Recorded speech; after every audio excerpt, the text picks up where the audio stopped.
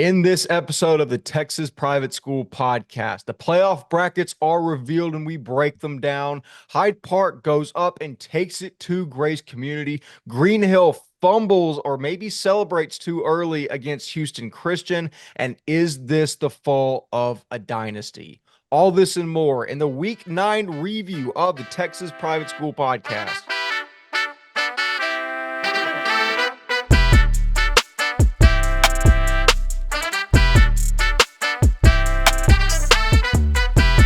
Hello and welcome back to another episode of the Texas Private School Podcast. As always, I'm one-third of your hosting crew, Wes Tolleson, coming to you from the heart of Dallas, Texas. Walker Lott, my co-host, joins me south of Dallas in College Station, Texas. Ryan Schroeder phones in from up north, still the south, but north of me, Oklahoma City, Oklahoma. Gentlemen, another exciting day, more exciting than some week, I should say, in Texas private school football. Walker, I like the hat you're sporting because we're actually going to talk a decent amount about Green Hill on this program. Number one, how are you doing? Number two, gig 'em.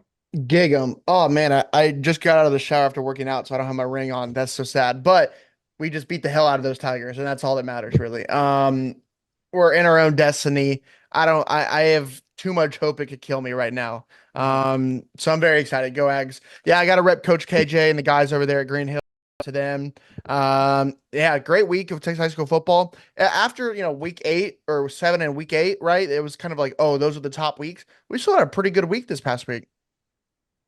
Walker, I think this is the latest the Aggies have controlled their own destiny at this point in the season since We are 1998. Yes, we are undefeated in district play for the first time since '98. Dude, Dis- you're thinking of dis- private school ball too much. It's conference play. Oh God. District play. This guy loves Texas private school So, football so so much. the funniest thing is during the I've game. had a and this long tells you weekend, this okay, tells you guys? this tells you how much like we like live, eat, and breathe this stuff during the game. I don't even who the is it DJ May? Who's the corner for us? BJ Mays, yeah. BJ Mays. So well, I don't remember if it was me. I think you said it. Like you're like, oh, Bradley Mays. I was like, Bradley Mays is a receiver for First Baptist in Dallas. I don't even know if you realized you said it, but you said it like in the middle. I was like, no, no, no. I was like, who? You like DJ? I was like, no, you said Bradley. But Oh, that's kind of a microcosm of me and Walker at probably the biggest A&M football game that we've had since we've been alive, and we're still thinking of Texas private school football. It's kind of how it goes. Ryan Schroeder, I hope it's been a fantastic week up in Oklahoma City. From the way y'all's basketball team is performing, it appears that it has been. How have you been? Your thoughts on the slate? Yeah, I had a busy Friday night, but overall, still got to join the space, got to hang out. Thank y'all to everyone that's been coming to the spaces, man. Those things have been incredible. It is like actually the most fun thing ever. I've been relating them to like, parents will understand this, but like post game radio shows back in the day in small towns where like someone would be on the radio show and talking about the games and stuff. Like it really feels like that. So that's a lot of fun. But yeah, in the grand scheme of things, Thunder are 3-0 at the moment, which has been kind of fun. It's been kind of cool to live through that. But overall, TXPS has still been going strong, and I'm glad we're getting to record in between my game days. So it's good. I know we're gonna keep finding time to slot them in. To echo Ryan's point, number one, again, thank you to everyone that joins the space. To fire that up and see sometimes like 50 people in there, it doesn't make any sense. I don't know why y'all listen to us, but we're thankful that you do. And that space, this last Friday night was the most fun one I've ever had. It always seems to be the most fun whenever I'm driving back from Dallas to College Station because I have yeah. nothing else to do except ramble. We talked, I went back and listened the next day. We talked ball for about 45 minutes, and then the last 50 minutes was just anything we could think of. Some of it was like trends that we have to start doing this, by the way, on the spaces, trends that are becoming new since we've left in high school football and what we think on them. I think the old man yells at cloud segment Ooh, will that might go be a good. super hard. I like that. Or have it as a Mount Rushmore, like kind of thing. Either way, I really like that. That's a good I idea. think so. We're going to continue on Hey, with that. But the I fact that I will say real quick, the yeah. fact that we still had like 25 people listen through that entire like ramble segment, it's awesome. I'm tickled to death to see it. Yeah, shout out to Woody West for saying it when they were driving back from Shiner.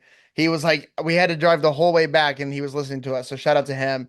Very cool guy. I have a question because it is about Twitter, and we all love and know and love no context, but there's another no context out there named no context TXPS German. Do Oh, you, as you are friends with no context, right, Wes? I am.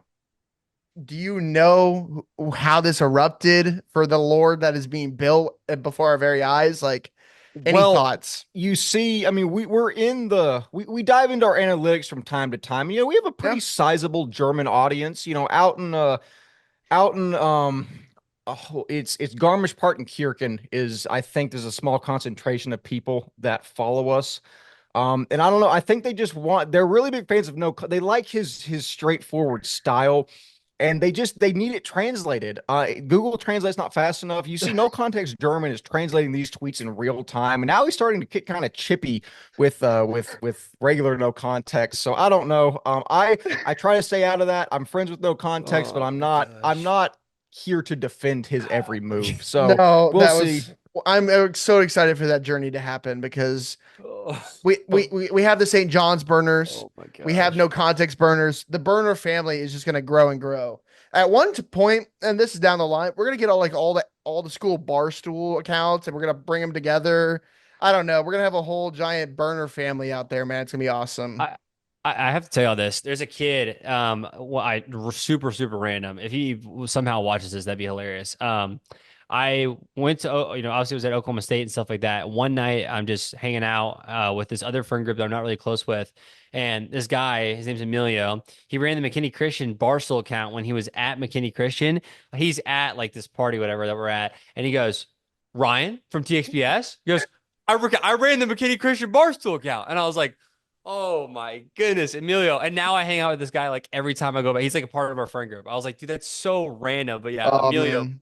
the That is Barstool accounts, fantastic. everything. They're So awesome. in that same vein, I feel awful because I can't remember the kid's name, but I was in line waiting for the A&M game, and at first I see my buddy Jackson Jordan from Tyler, and I like dap him up, and we're talking, and all of a sudden this kid's like, "This is private school football." I was like, not the account, but yes, TXP is like Wes. I was like, yes, and like we talk. It always makes me feel like kind Yeah. of important when like we get recognized in public. We Oh, it's should be getting funny. recognized, but it's always fun. So shout out to the St. Thomas alums that I got to speak with. Sorry you're an LSU fan. That kind of stunk that night, but Yeah. all in all, yeah, really fun time in the burner verse. But that being said, let us get into why we are actually here to recap some private school football, starting with the TXPS Media Scoreboard that no matter how busy Ryan seems to be, always seems to get done. Yep. As always, the top 5 games in the left-hand column we will save for further review here in a second. We will start with Bishop Lynch beating Trinity Christian Addison 66-33. A good win for Lynch, who,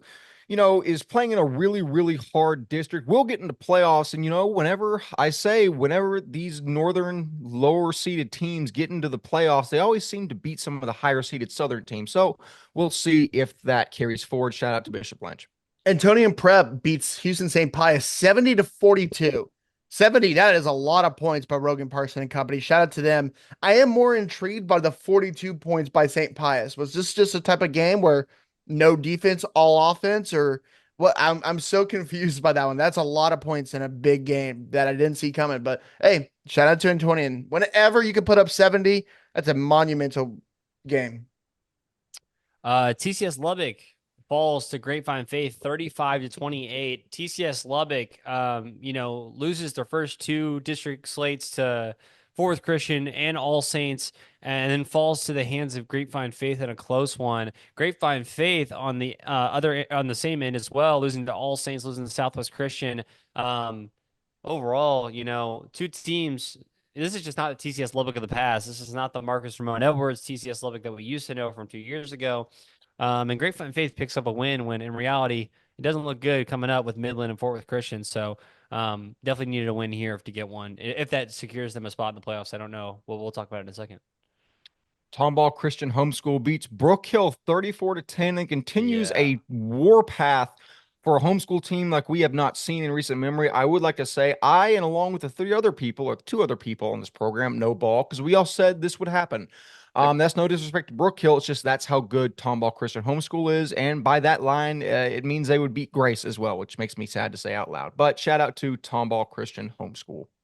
Yeah, absolutely. Going on to the next game, Austin Brentwood beats Bishop Dunn 47-13.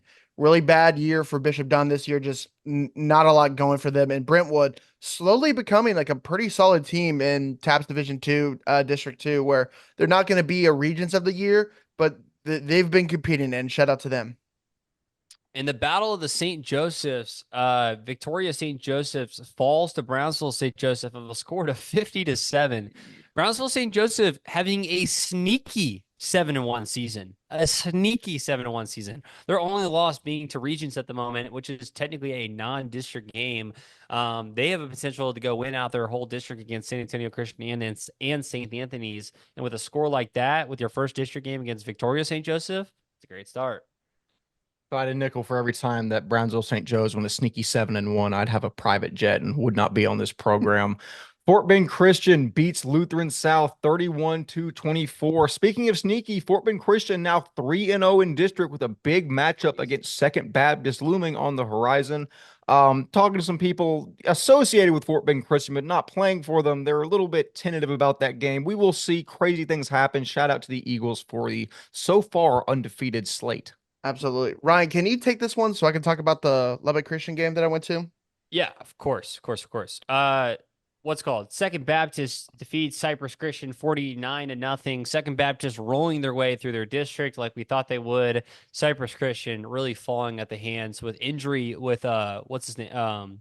Injury or playing or John Kelly? No John idea. I Kelly. think he's Okay. playing, but So I know Maximus Suppley was playing because he wasn't against Sean Cooper when I saw him like 3 weeks ago. But I tried to look at some film. I think he was not playing in this one. Okay. I'm not gonna 100% me, but I Hey, don't think so. with 0 points on the board, that makes sense for Cypress Christian. So Yeah. 49-0 for Second Baptist. All right. And moving on to this one. This was a game where I was coming up to DFW, crazy weekend. I won't get into it, but like I was just trying to find a game and I saw this game where it was between I'm gonna talk a little bit more, apologies. But I went up to this game because we haven't seen either of these teams. I'm excited to go. We haven't seen Walker Horn because West Texas. And this turned out to be a great one, man, where Lubbock Christian, the favored team in this one, didn't have a really good game until the second half where Covenant Christian came out swinging. I don't really know the stats on the top of my head, but they looked really good. Really, really good. Looking around, Jason Fleming for Covenant Christian was really, really impressive. The 26 quarterback, I believe. Looking around, I think this is one of his first couple of years of just playing football. Yeah, first year playing varsity ball and haven't played ball the previous 2 years. He's 6'2" quarterback. He throws really well. This was also a game without a couple of star players on both sides where Cooper Carthel and another big time weapon for Lubbock Christian was not playing. On the other side, for Covenant Christian, Coral Buckhalter Jr. was not playing as long with Enal Eda's little brother, Indy Eda. I don't know how to say his name. I apologize. But two big players for them, a couple other guys. So they were without 5 starters, I think. I think Lubbock was without 2 or 3. So in a game like that, you would think Lubbock Christian has the advantage. But I mean, this was a back and forth game. Covenant Christian came out swinging. They were on top of it. It looked like it was their game to lose. And then kind of the last 2 drives of this game, Walker Horn, man, he was phenomenal. There's a reason why he's going to Trinity to follow his brother, but he could go even bigger than D3, even though, Trinity's a great program, great program at D3 this year. But truly, what a player. We don't get to see him often, but when watching him, you realize why Lubbock Christian was so good with him the past 2 years, even when he was hurt. Those first couple games were really good with him. A couple of guys I want to shout out: Jason Fleming, the 26 guy for Covenant, was really impressive. Max McElhaney, the wide receiver, the 26 wide receiver, was good. AJ Guerrera, Grant Cruz, Stone Cruz was another guy for Covenant Christian. On the other side, Welker Horn, Keaton Lee, Barrett Lee, and I don't remember his name, but the 6'2" corner on the outside, number 18, he was also really impressive.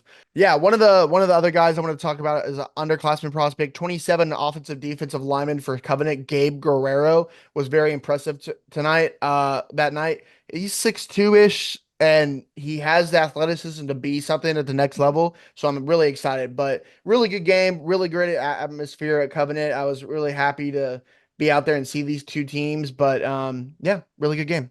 Moving on, Mercy Culture falls to Sacred Heart 21-16. Close game. Both of these teams have struggled up to this point in the season.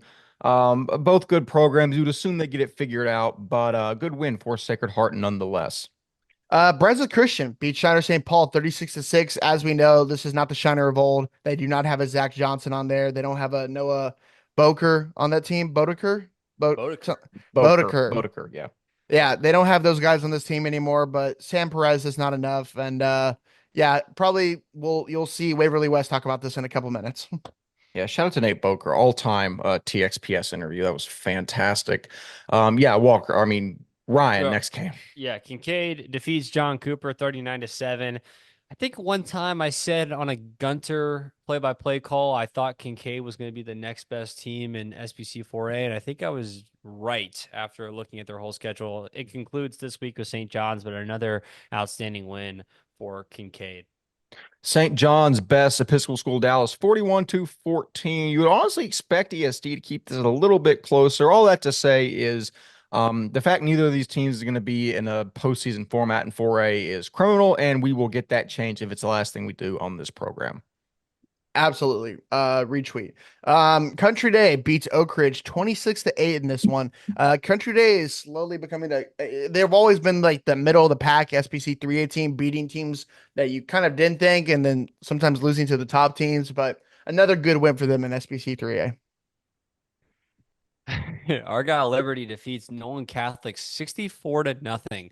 I'm pretty sure if the line was 60, I probably would have still taken it and I would have been right. So that's all I got to say. Don't bet on private school football. Central Catholic destroys San Antonio TMI 62-0. You know, even falling to Holy Cross, you can't really just call that a D3 team. That's a team that beat a lot of teams in Division 1. Central Catholic still having a good season. We'll be interested to see if they can get any momentum in the postseason. Hopefully Monty Williams brings in some football talent to help Grant Sweeney out in that team, man. That's all I hope for that team. If they're gonna bring in some basketball guys, bring me in like a 6'1", 6'2" guard that can also play receiver for him. That's all I hope See if for. Braden Fowler has any eligibility left. Yeah, they're not allowed to play football. They're not allowed to play football. They only allowed to play basketball. Off-season workouts. We're working out 24/7. Dude, but seriously, help that guy. St. Michael's beats St. Dominic Salvio 48-20. Interesting that Dominic scores 20 in this matchup. Kind of scares me for St. Mike's hype that I have. But St. Mike's continues to win in district. They have a monumental matchup this week against St. Thomas that I'm really excited about. If you couldn't have guessed it, Dallas Christian best Dallas Covenant 24-13, which is closer than you would have thought by a crazy margin of close, I would say. Obviously they still won by double-digit amount of points, still won by 2 touchdowns, but crazy to think about in some capacity. For those who don't know, Dallas Christian hasn't been really tested this year when it comes to district. They never are. But their losses include Prestonwood and Cornerstone this year. We'll be interested to see how they fit in Division 2. Absolutely, and we will break down Division three bracket here shortly. Moving into the last game to recap, and I out of respect, I won't pass this to Walker. Fourth Christian beats SCS 27-13, which honestly is a good showing by SCS. Not bad. Fourth Christian has a lot of talent this year. They haven't put it together when they Not bad. needed to, but they obviously have a lot more firepower than SCS.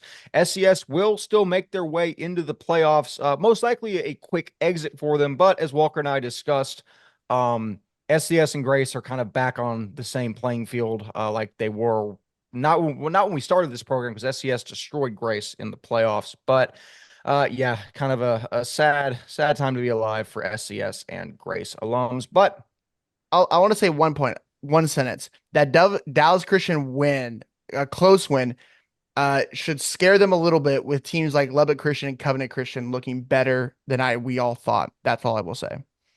I agree with that. With that being said, before we get into the playoff brackets, we have some words from our interns. Here is Minute with the Interns.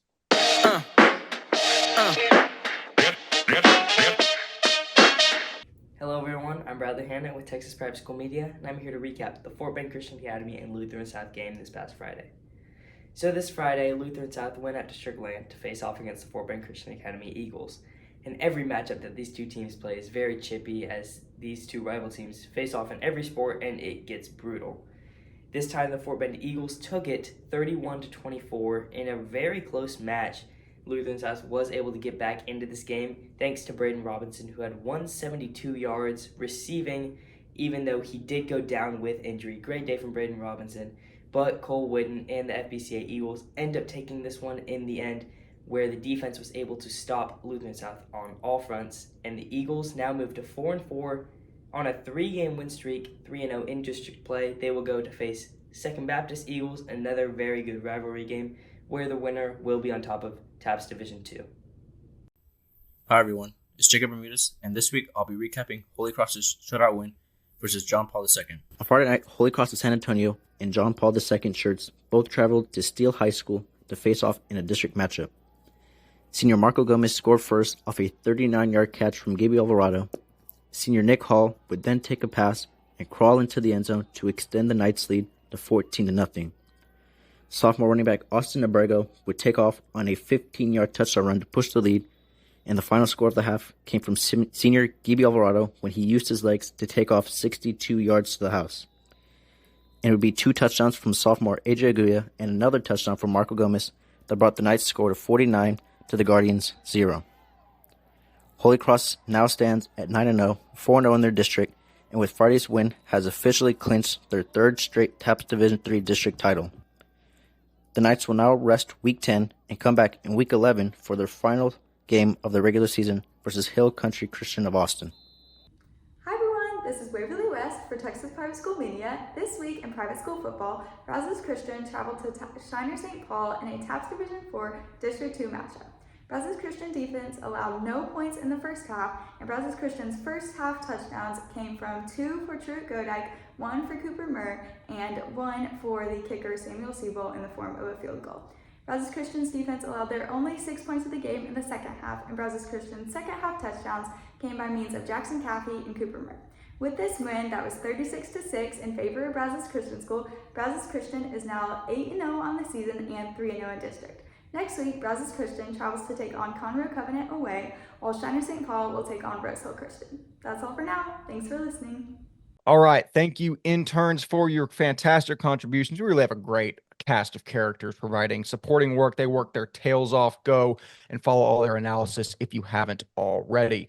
Moving on, we will now start to do something that I think is very fun, is start to look at the playoff brackets for each of the respective divisions in TAPS. We're not going to do it for SBC because there's a 2-team playoff, which is the state championship game. But Walker, I've got the brackets pulled up. Let's start with Division 1. Really, really nice color-coded graphics by Walker here. Walker, what are you looking at? Because we know, I'll say in Division 1, the big talk is we know it's going to be, Parish, Liberty, and Prestonwood late. But how do you see the road kind of evolving here? Yeah, this is, a lot of these still are not set in stone. There's some matchups, like late district matchups, that going to solidify some of the last spots.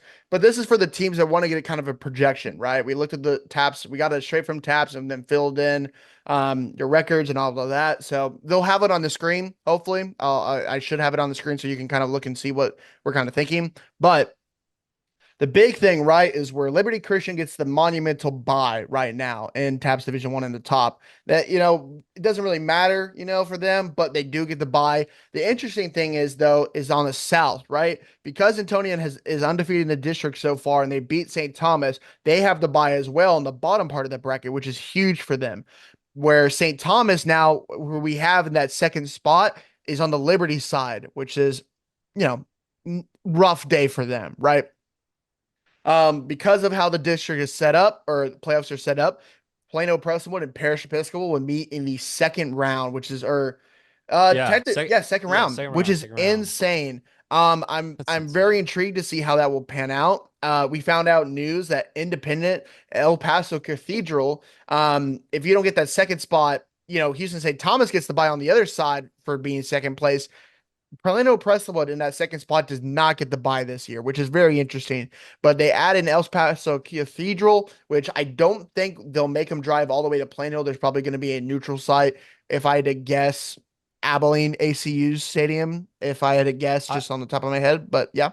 One thing I was going to say is there have been independent. I remember independents in basketball, and they used to have to come to our place. That's all I will say that.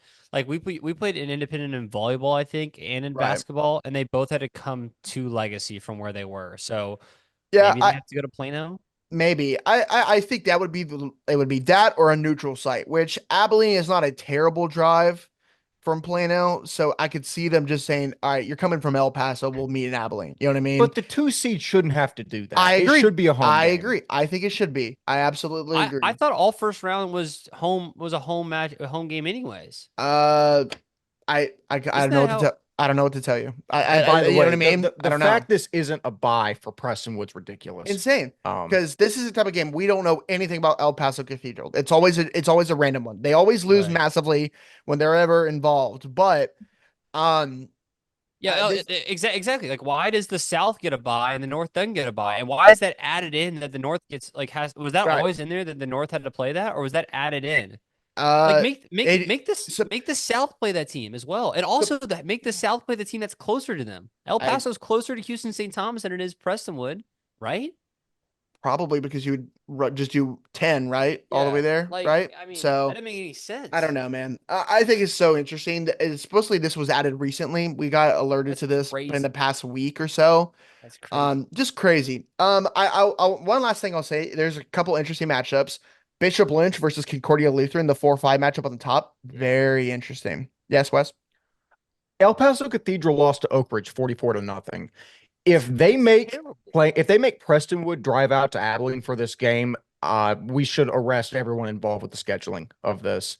I mean, I say that Abilene's not that bad, but if we're not giving a home game to a team that is playing a team that shouldn't be in the playoffs, it doesn't make a lot of sense to me. I'm sure there's a reason that people smarter than me came up with, but a team that lost 44-0 to Oak Ridge shouldn't be in the playoffs. Then that's a game where you just start the twos and you just let them. It's a JV game. That's basically what it has to be then. My only question is this. Sorry, this is the other thing I was going to say. Yeah. I wonder if neutral sites is a thing when North and South teams play against each other, because maybe that is. But when D2 back in the day, because in D2, when it was full North versus full South, you just hosted teams the first round. Like the higher seed Right. hosted teams. But I guess, yeah, you probably have a point here. If it is North versus South-esque, neutral sites would make more sense, I guess. But I mean, I think like it says on here, higher seed neutral's the same seed. So like that's very Yeah. interesting. Yeah. I think last year, right? Houston St. Thomas, Plano Prestonwood in the semis had to drive down to Houston and play that game in Houston. So it's very interesting. Taps is always weird, but then games like Central Catholic versus Bishop Lynch, right? West was in the middle of Giddings or something like that for you. Like Wait, it's that was Central Catholic Bishop Lynch was just south of Waco. okay, then that makes way more sense. But it's just always random. And so whatever. Not that we can't do anything about that. But yeah, Bishop Lynch Concordia Lutheran is definitely a toss-up. That's a thing where both times have pieces, but you would always kind of lean the North team, right? It's just recent years, but Concordia has some dudes, right? Austin St. Michael's versus one of the North teams of TC Addison Nolan. I would lean St. Michael's. I don't know that. Yeah. Oh, yeah. Let's say TC Addison Nolan Catholic have to, for that last game of the season, battle for who gets in playoffs, which in the past 5 years or whatever, or past 4-ish, every team in the North always was just in playoffs. It didn't really matter. This is the first year that at least one team does not make it, which is interesting.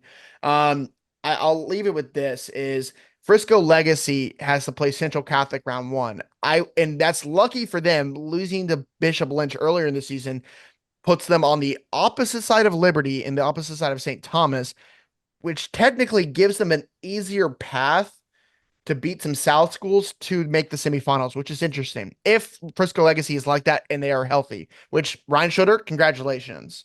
Well, and guess who they would face if Prestonwood takes care of Parrish? They would match up against the team they only lost by a touchdown to. Yep. Like that game. Okay. No, love Legacy. That game probably won't be a touchdown score game again, but Right. would rather be that team than any other team, right? Out of the three of them. The craziest thing is we're looking at a non-zero chance that Legacy makes the state championship. It's very unlikely but it's But it's a it's not- non-zero chance. Right. So if you want to, for the last couple things, the semifinals should be if everyone plays up to their potential, right? It would be probably Liberty Christian versus, I would guess, Houston St. Thomas, if y'all agree with me there, Yeah. in the one side. And on the other side, it would probably Prestonwood would beat Parrish again. That game will be a toss-up, but whoever wins that will play Antonian / Frisco Legacy. I'll lean Antonian now for the other semifinal game. So we could have another rematch of the trilogy in certain way in the state championship again. I don't like the semis. Can I just be honest? I don't like that. Like, I think I want Prestonwood Parish to be in a semifinal matchup. I mean, they have to, at least they're playing each other, I guess, right? Like, Yeah. at least they're playing each Yeah, other. but it would hard to justify getting a 3 seed to the semifinals. I understand from a pure bracketology standpoint, but I agree. It feels It feels like a little bit of robbery to put Yeah. a Southern Sacrificial Lamb in there instead of Parrish or Prestonwood. But it's what we have to go with. Yeah. If anyone doesn't have anything else, you want to just move on to D2 then? Yep. Let's go. So D2 is a little bit interesting where it just looks beautiful because there's a true no buys. You play your first round. Everyone plays their first round, which because it's the best, arguably always the best division of private school. So the interesting thing, there's some good things. Fort Worth All Saints gets the number 1 seed on the other side. Second Baptist gets the number 1 seed on the other side. Regents gets the number 1 seed. And then right now, Brownsville St. Joseph gets the number 1 seed. I think that's basically how it panned out. Some interesting games.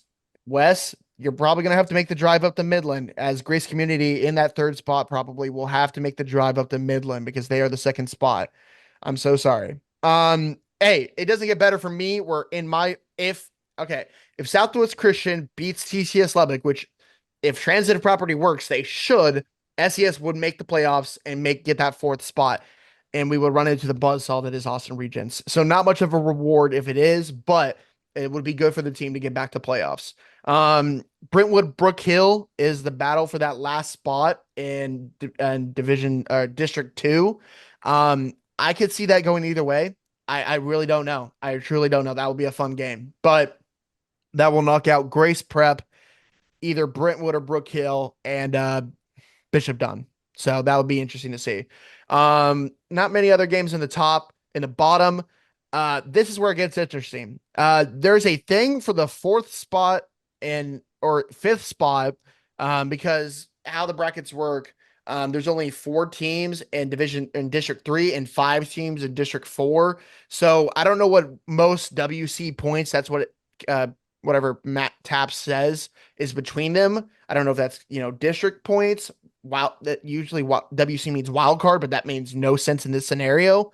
But it will be either the 4th place team, which I'm going to guess is St. Anthony out of San Antonio, or Cypress / Kelly Catholic in the other side, which truly I don't think any of that matters against Second Baptist, but it will be one of those 3 teams.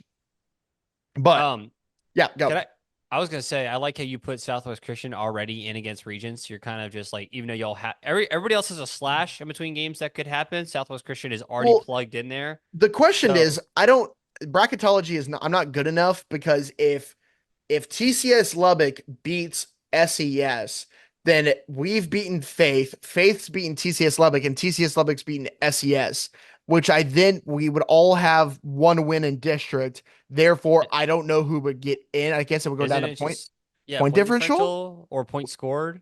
Right. Point differential or point scored. I think all of them are pretty 1-score games. So that's where it gets interesting. So I'm just putting it in there for the hope that transitive property works. But okay. The one game I think is crazy, which is insane. I know y'all aren't as high on LSA anymore, but LSA could beat Brownsville St. Joseph first. Oh, yeah. Right? Oh, yeah. Absolutely. I think Brownsville always does this thing, and I always love the Bloodhounds down there in Brownsville, but they always do this thing where they look really good in district, and you have a couple games, and you're like, okay, they can beat a round 1 team, and then they lose 30-0, and you're like, I don't get it. This happens every year. Last year was the first year that I think they actually won out of first round, and I was like, okay, maybe. I don't know how they do, bro. I truly don't. I think Lutheran South wins that game if I had to pick it right now. I've seen that movie one too many times. That's the game that ignited Fort Bend's title run in 2022. But Yeah. I don't know. I like St. Joseph a lot as a regular season team, and maybe 3 years ago, I would have bought into the hype. But I've seen this play out over and over and over Yeah. again. If it's not LSA, they're going to lose to Woodlands Christian second round. Yep. I And that's the other interesting part is the Victoria St. Joseph San Antonio Christian, they get to there. If Fort Bend Christian plays Second Baptist, and then I think Woodlands Christian plays Fort Bend for the end of the year, that 2 and 3 could switch, but we're gonna solidify Woodlands Christian right now in 2. If Fort Bend Christian is legit and they're actually truly 3-0 and like they've turned it around, Second Baptist, that must suck facing them in the second round. That's rough. Yeah, final thing I'll say is just I think these are the four teams that are projected right now are I like it. I like those four teams. I think those are the four, I think those I are agree. truly the four away from everybody else in the whole thing, and I like that those solidified themselves. Yep. That's an incredible Final Four. All Right. Saints and Regents in the north, TWCA and Second Baptist in the Right. south. There's upset potential on both sides. It's great. If I got like a Regents TWCA state championship game, that'd be insane. That'd be It would really be cool. insane. It would be. Insane. The thing about it is, I think Second Baptist truly did they underestimated TWCA in that last game, right? I truly agree with that. I don't think they went into it with a clear mind, being like, this is a really good team. I don't think it would. I want to say it won't be close next time, but I do think Woodlands Christian is legit, and I think he will be another close game. And you never know in playoffs what could happen. No, you do not. Let us move on to Division 3, where we will move a little more quickly because there's basically 3 teams we're talking about Yeah, in this bracket.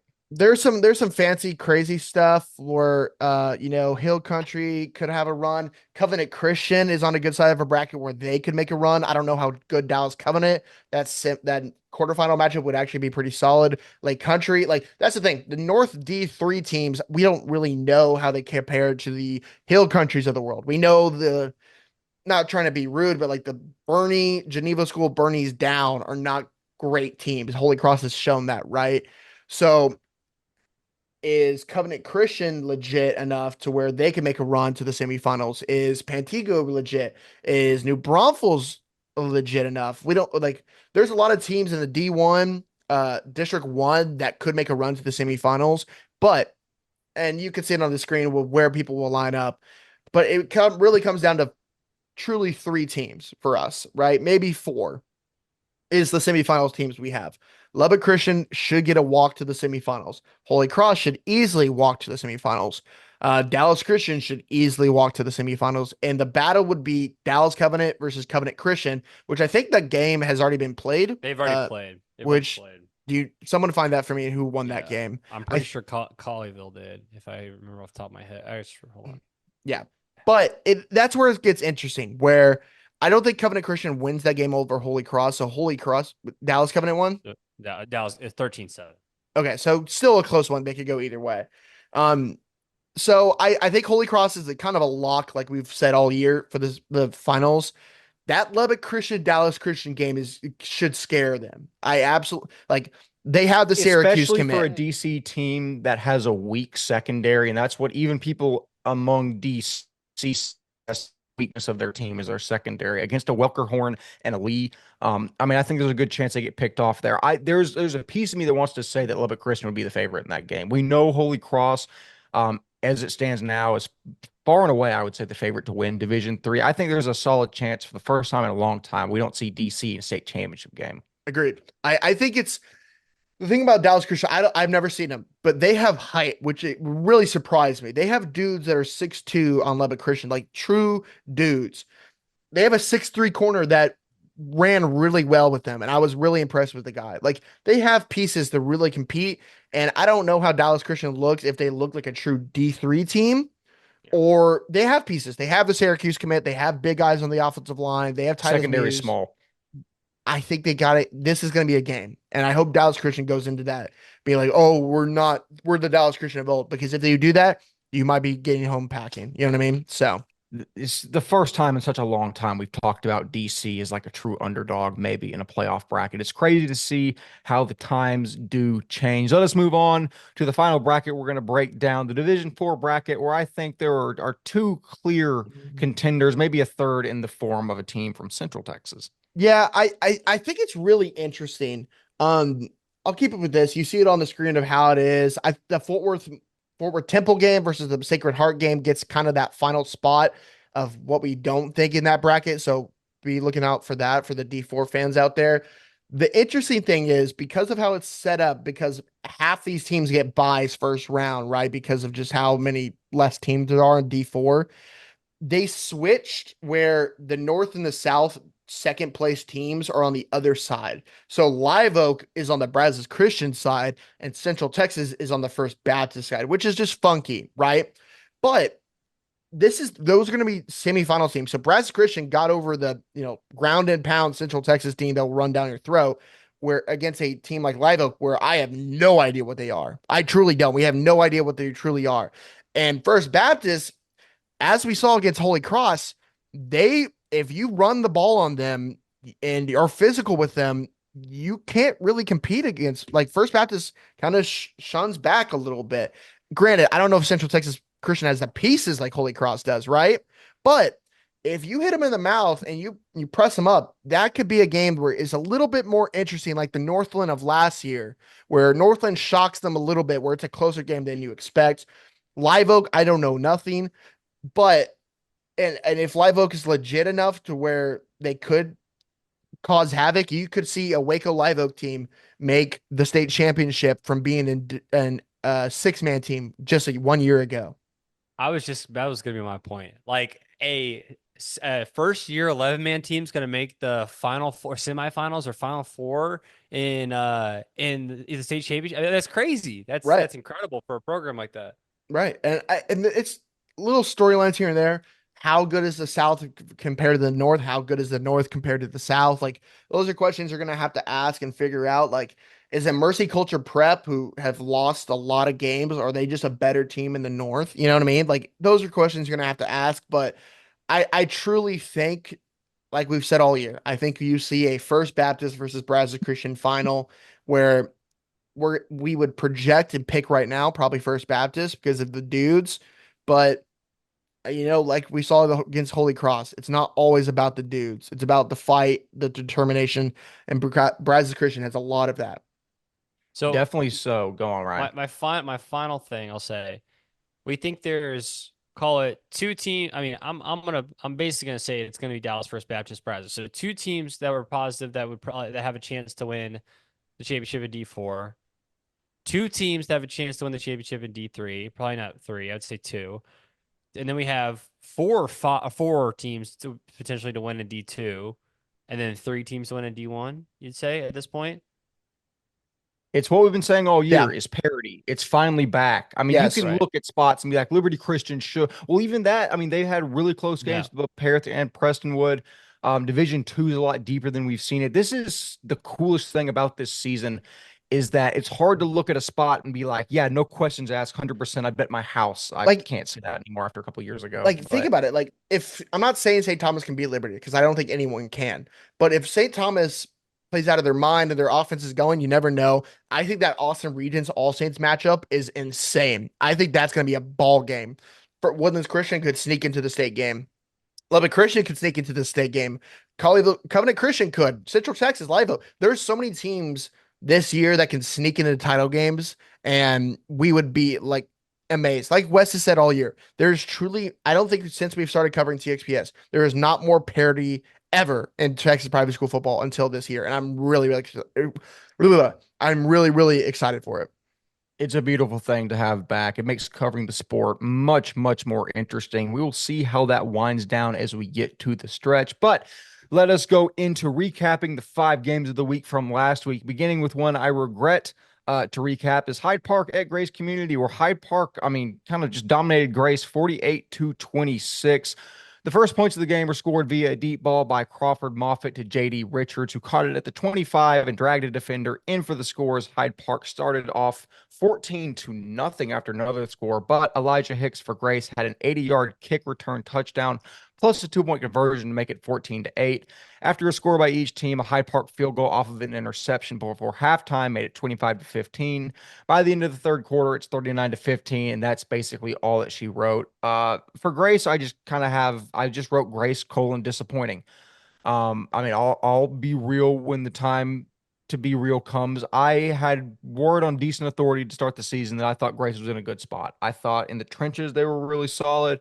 The skill players, there's no one like a Grant Turner you can point at, like a Zach Davis, but I was like, without the flashy star power, they can still be a good team. I was wrong. It is what it is. Teams reload and rebuild. It's just kind of hard for me to see a team that's got a bunch of solid core pieces not really materialize. On the flip side, shout out to Hyde Park. It's a really, really good win.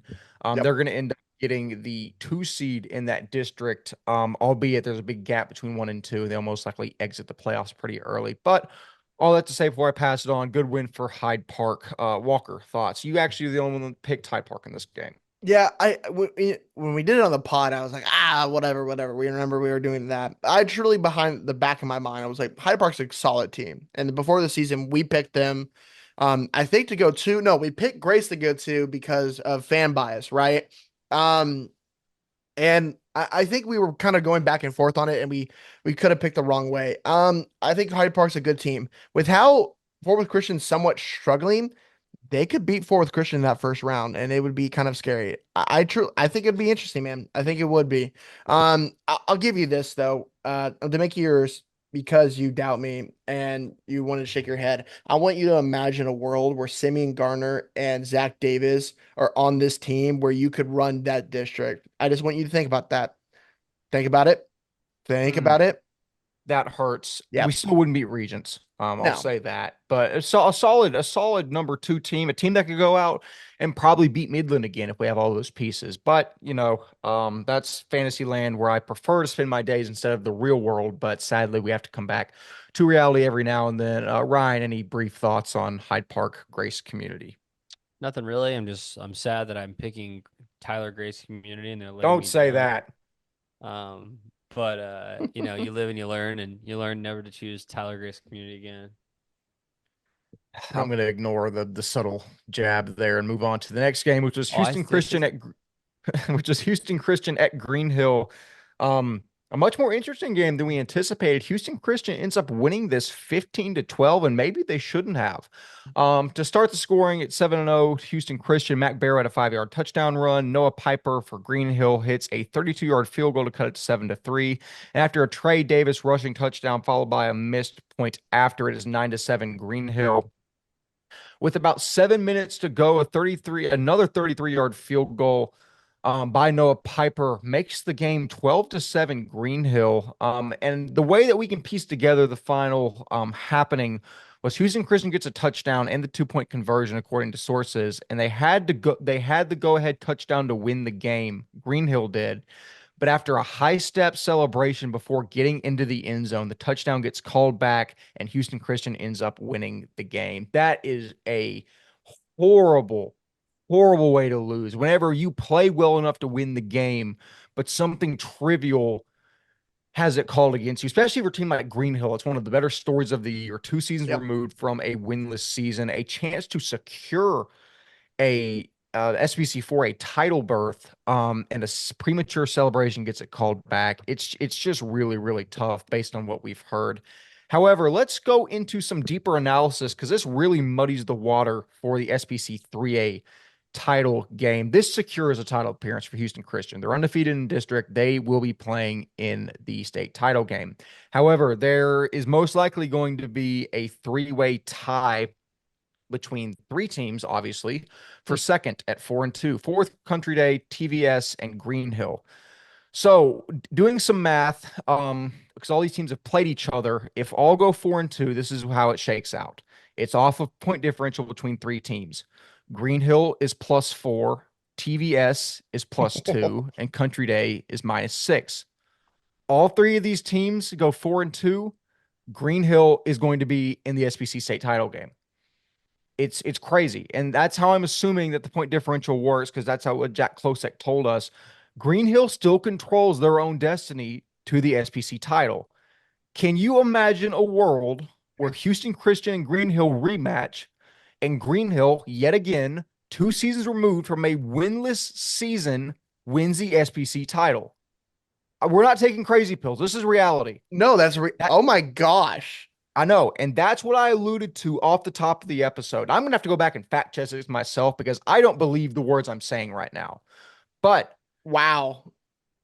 That is going to be a must-see state title game if it materializes for very obvious reasons. Walker, again, I'm going to have to do the math on this again because it'd be very embarrassing if I got this wrong, but I am 99.9% sure this is how it shakes out. How is this even possible? I truly don't. Remember KJ Williams last year was excited about their first win. Right? That was a monumental success. We're just getting the first win for that team. And now you have a chance to go to the title game. And you would have secured it if one celebration doesn't go your way, right? Like, that's unbelievable. And remember, they started the year, they lost a couple of these teams, but they had the win over TVS. And that just brings them that's insane, man. I'm so excited for this Green Hill team. Will Black, Bryson Watt, Caden Castillo. There are some dudes, man. And they brought in some guys this year. And Green Hill is not an easy place to go to school. Like, you gotta be about it. And shout out to those kids, man, for turning around a program and believing in Coach KJ is unbelievable. And just imagine, like, I'm not saying Nolan could have done that this quickly because Nolan was in such a far hill down because of issues like from the previous staff. Like, that is unbelievable by Coach KJ and that staff. Like, that doesn't happen. And that's a testament to the kids buying in that quickly and to him and his coaching staff. Yeah, I completely agree. And what I will say really quickly before Ryan starts, this is contingent on Green Hill's got to beat Oak Ridge, which is a very talented team to end the season. So it's interesting. I'm doing the math as we speak. So far, I'm still right. So far, this is still real. Well, you know what I was about to say? I was about to go to that as well. Green Hill plays Oak Ridge. Fourth Country Day plays St. Andrews. TVS has a bye. So TVS has to sit and wait.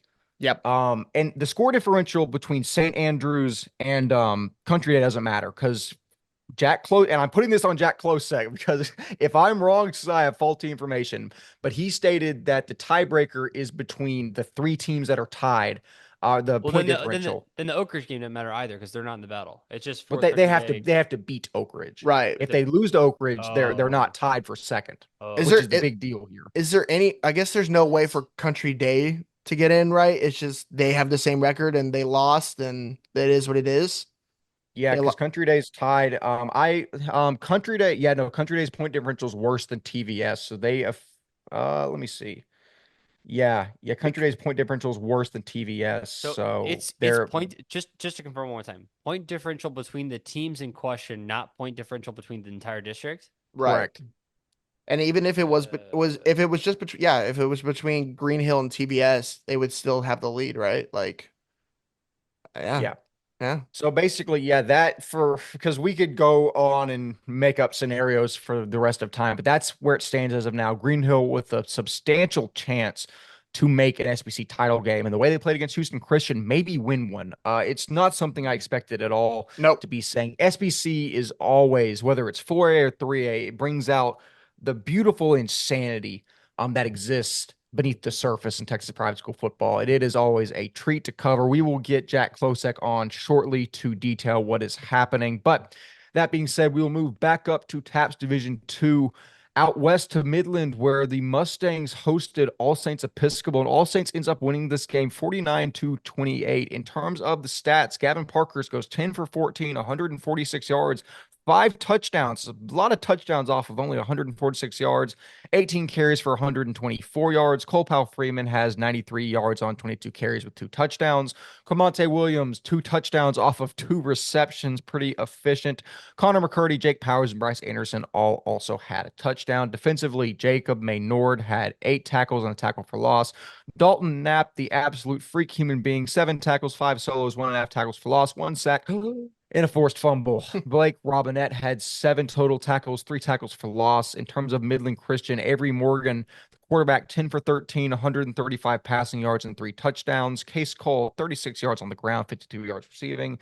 And Boston Rodriguez goes for 61 yards receiving and a touchdown. The Midland defense had 2 scores, a pick and a scoop and score. But even with that effort, Walker, All Saints establishes dominance in Division II.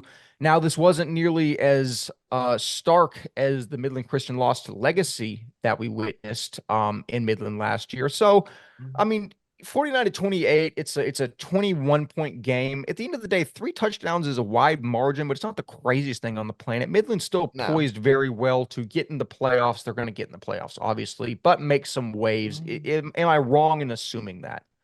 No, I mean, like we have the issue because Midland is that second spot. They play Regents instead of All Saints, so they might have their better chance versus Regents. But like I said on the episode, I thought All Saints was going to win this by 3 scores and more, and they did. And if 2 defensive touchdowns don't go their way, this could be a worse game for Midland. I don't ever think All Saints didn't have control of this game. I just think they, had some luck on their side, scored some defensive points, and this is a closer game than it probably should be. Absolutely. So, Ryan Schroeder, thoughts on the contest out west? So, Gavin Parkhurst is Jared Goff. For those who don't know, Jared Goff only threw for 85 passing yards this week, and they won 54-14. The Lions did.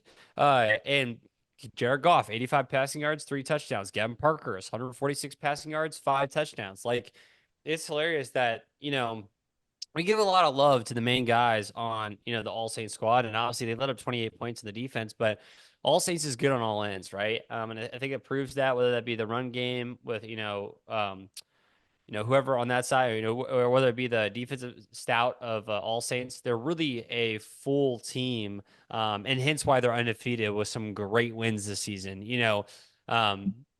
People are now, I mean, people aren't forgetting this, but I guess some people on the outside looking in are forgetting this.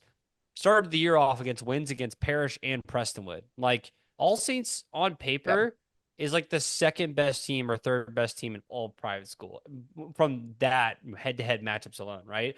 It'd be Liberty and then them or Kincaid, basically, is kind of how you look at it at the moment, which is crazy to think about because All Saints really is just running through teams. And yes, we're calling 21 points a close game, but at the end of the day, it's like All Saints is All Saints, and they drove out to Midland, so it doesn't really matter.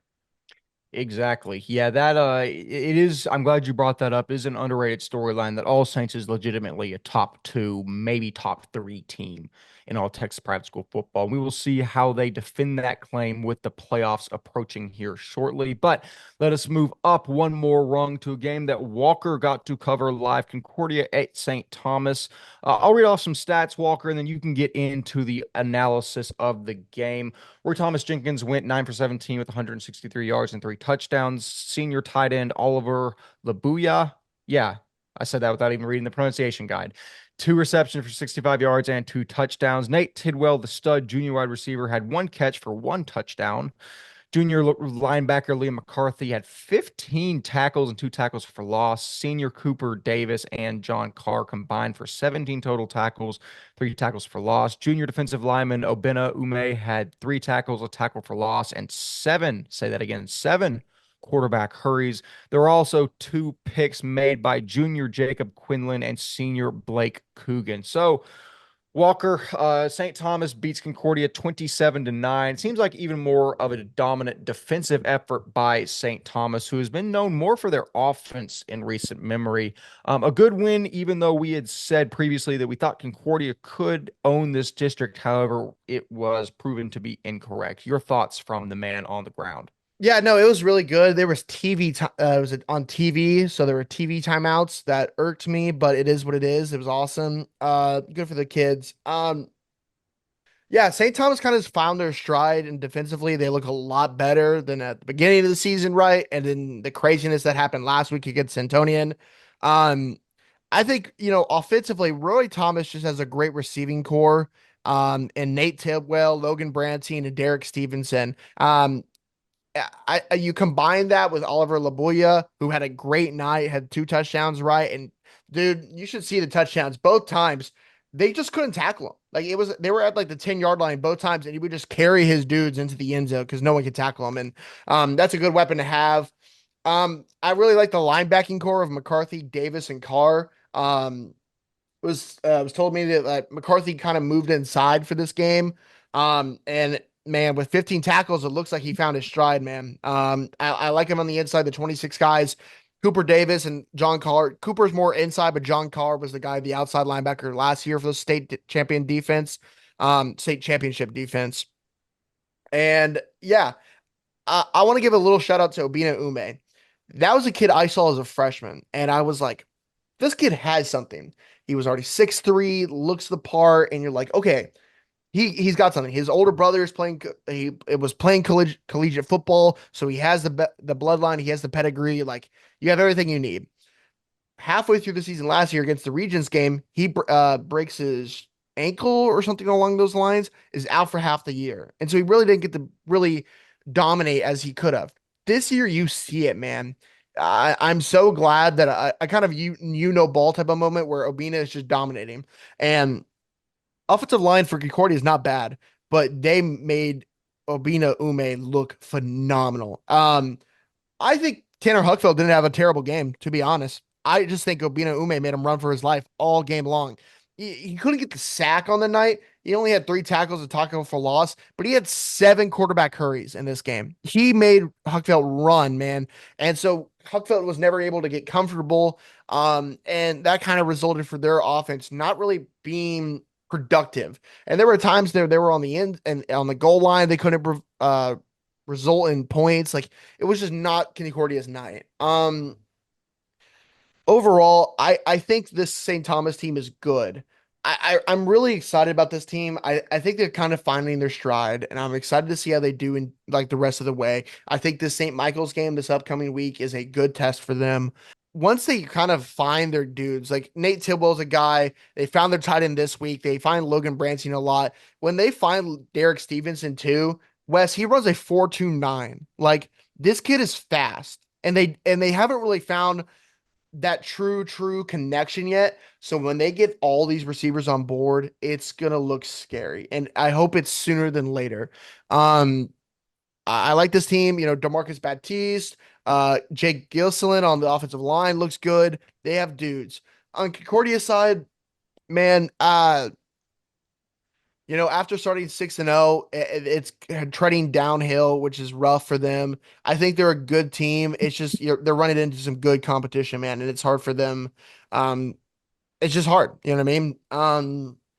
Looking to the future, though, I think this team is good for St. Thomas. I'm excited for the next couple years of St. Thomas. I think next year and the year afterwards are going to be really good. Talking to people around the program, they were really excited about the next couple of years. They really liked Pierce Jackson, is the number 10 that's come in the past couple of weeks, here and there. They're really excited about him. He might be like they were talking to him about like valedictorian of his class type of quarterback, knows the playbook inside and out, is able to read things really quickly. Um, I'm really excited for him. I think he's going to be really good. Already 6 foot as a sophomore. He's going to be one to watch in the next coming years. He played probably a little bit more of the fourth, and he looked pretty good. So I'm excited about him in the future.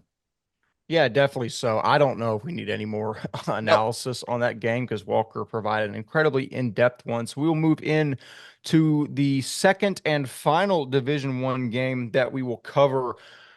And the final leg of the District 1 Grand Prix, aptly named Prestonwood Parish at Prestonwood Parish Episcopal at Prestonwood Christian. Excuse me, that almost tripped me up. Prestonwood beats Parrish 52-49 in an all-time game that I got to cover. In terms of the statistics, Sawyer Anderson, 22 for 32, 517 passing yards and 6 touchdowns. Those are not real numbers.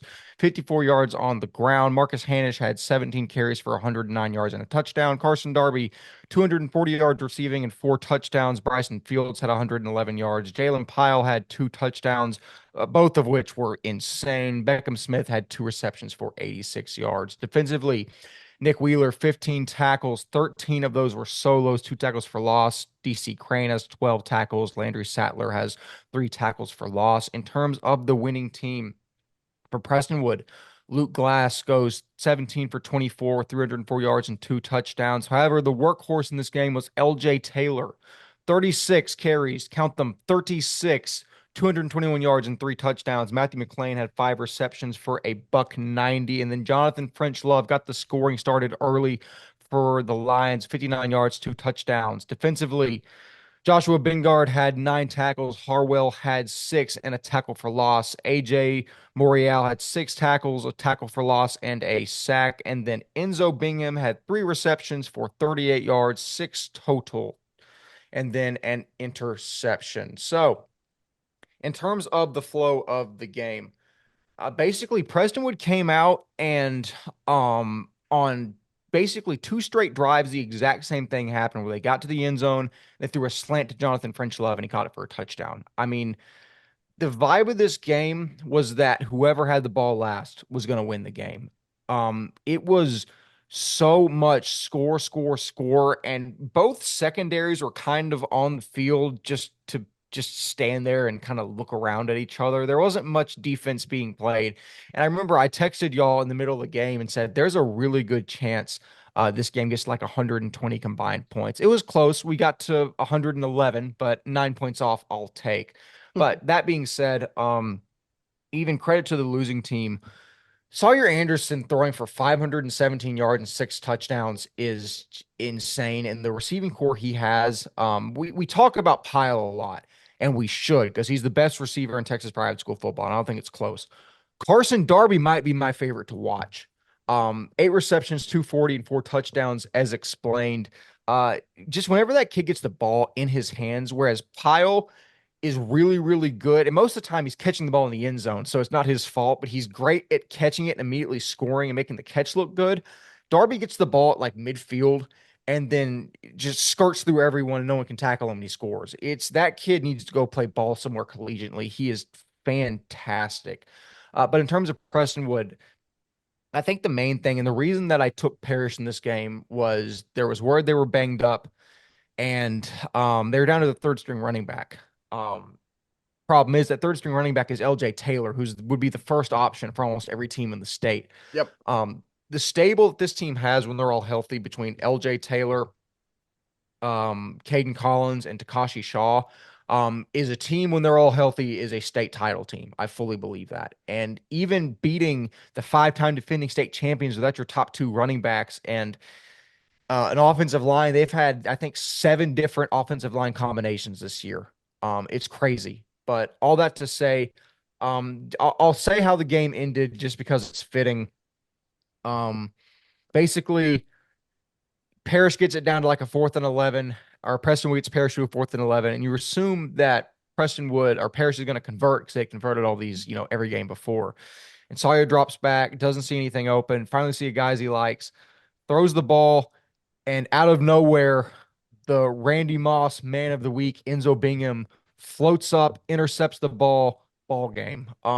We've talked about Bingham a lot as a receiver and for good right, but I also wrote in my preview article of the Liberty Prestonwood game that he's an equally good member of the secondary, and he won the game for them doing that.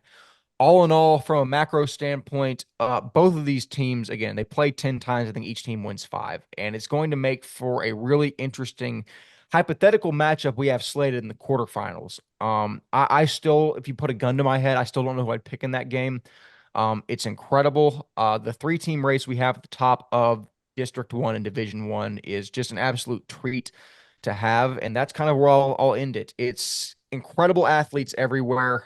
And just this season, it can't end so soon. It needs to continue to go on so we can cover these races. But any quick thoughts regarding Prestonwood Parish between either of y'all?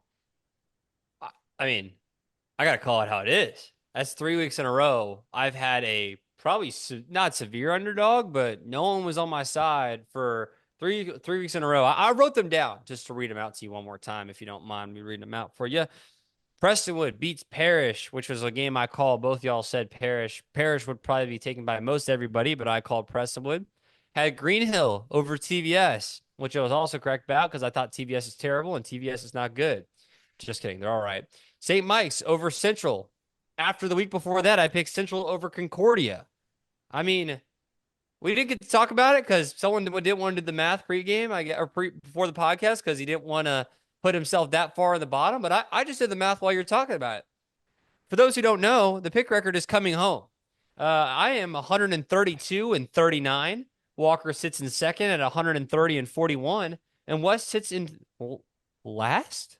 Does that say last? I'm down by 3 games. Yeah, Four. Whoa. Oh yeah, because Mercy Culture. Well, no, we all. Well, we all lost that. No, we all lost. I think I did the math right. So Wes went 0-3 on all of the ones that we had picked differently, and then as a group we lost 4 together. We'll see. We'll fact check this. No, I don't think we need to because I just did it, and I think that I'm right, and I'm 4 games ahead of Wes Tolleson. There's no trophy. You can't claim anything. I lost home. it. I lost the trophy. No one's getting it. It's coming home. Oh my goodness gracious. To Oklahoma City as well. Texas Private School Podcast is going over the border. Oh my goodness. That's got to be in our articles of formation somewhere that trophy cannot leave the state. It's not the dadgum Oklahoma Private School Podcast. This is ridiculous. That's good. No, but overall though, I truly like when Walker talks earlier about just like seeing something in a team and stuff like the Hyde Park game. I really think that Prestonwood, like me and Wes at that Prestonwood Liberty game, I could tell you right now that Prestonwood was better than Liberty in that game, and Liberty came out and won. Throughout that entire time. Yep. Talk about the Prestonwood Parish game, right? Like Prestonwood, overall, I felt was a better team. Parish against Liberty. Parish just came back in the second half. Liberty is by far the better team. Parish, in all regards, is, call it banged up, call it whatever, they're not the Parish of the past. The defense is not what it used to be. And overall, just there's a, like I said last week, or like I said on Thursday, whatever it was, Sawyer Anderson and Jalen Powell are the 2 best players at their positions in private school. But other than that, it's just not a lot. It's not that defense of 2022 where every guy I was scared to go up against if I was in that position. It's true. Yeah, that whole defense, I think 10 out of 11 or like 11 out of 13 because they rotated a couple guys, I think went Right. D1 along those lines. That's how good that defense was. Yeah, they would have pummeled me. That's all I Yeah. gotta say. I'll leave it with this. There's a true talk, and you said it at the start, Wes. Is this the end of the dynasty? Right? And that we'll end it on a kind of a serious note because this is crazy where all of us have kind of lived through a couple dynasties in our lifetime, right? The Parish one was starting when our end of our careers. We lived through the TCCH ones. I don't acknowledge that. Right. I'm just saying it. Bishop Dunn was those guys for years, Nolan Catholic was up there. Bishop Lynch for years, way before our time. Nolan was another one. Prestonwood, has been that team for decades now. Yeah. Um, Dallas Christian, right? Yeah, Dallas Christian, absolutely. Regents, but they never won it. But Regents in the South was always that team. All Saints in the SBC, Kincaid in the SBC. There has always been teams, and I'm not gonna say, I don't hear the bells are ringing for Parish Episcopal, right? I don't know what I'm trying to mean, but the alarm bells, right?